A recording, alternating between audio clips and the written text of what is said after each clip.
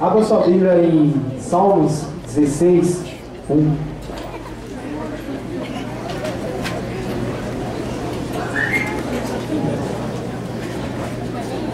Amém? Amém, misericórdia. Guarda-me, ó Deus, pois em Ti eu tenho segurança. Eu disse a Deus, ó Senhor, Tu és o meu Senhor. Tudo que tenho de bom vem de Ti. Como são admiráveis as pessoas que se dedicam a Deus. O meu maior prazer é estar na companhia delas. Amém? Amém. Estilo de Davi fala que tudo que temos de bom vem de Deus. E o maior prazer está na companhia dos irmãos. Está aqui na presença louvando a Deus. Amém, Senhor? Amém. Hoje é um dia de festa, um dia muito especial. E gostaria que vocês ficassem de pé, todos os irmãos. E como diz a palavra, estamos dedicando o nosso tempo a Deus. Hoje à noite, nessa noite, Deus quer tocar o seu coração, amém? Amém. E através desse hino, desse louvor que nós vamos tocar, vocês também que não estão nos visitando, nós temos um ministério de louvor, de pagode, Apóstolos do Samba, para quem não conhece, está visitando. E através desse hino que nós vamos cantar hoje, espero que Jesus toque nos seus corações, que vocês saiam daqui transformados, amém? Amém.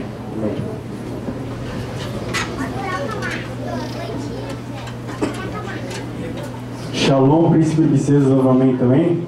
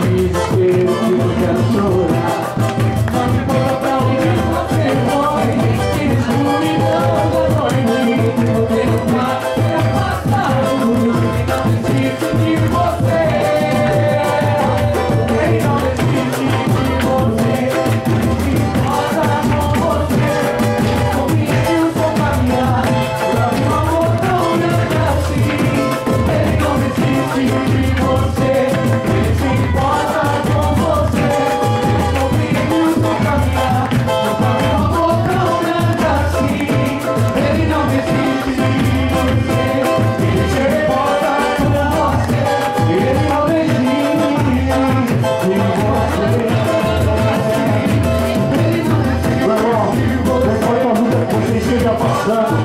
Quantas vezes você já não deu as costas a Jesus, falando que você não precisava dele, e ele sempre aqui estendendo a mão para estar com você. Ele sempre aqui falando para você: filho, eu nunca desisti de você, filho. Por mais que você esteja triste, chorando, filho, eu nunca desisti de você. Eu sempre estive aqui, ó, de braços abertos para você. Então cante com a gente, cante, louve, exalte. Não fica com a boca fechada não, amém? É isso que o Deus quer fazer, é calar sua boca. Mas hoje também com a sua voz e canta aquele que é o único que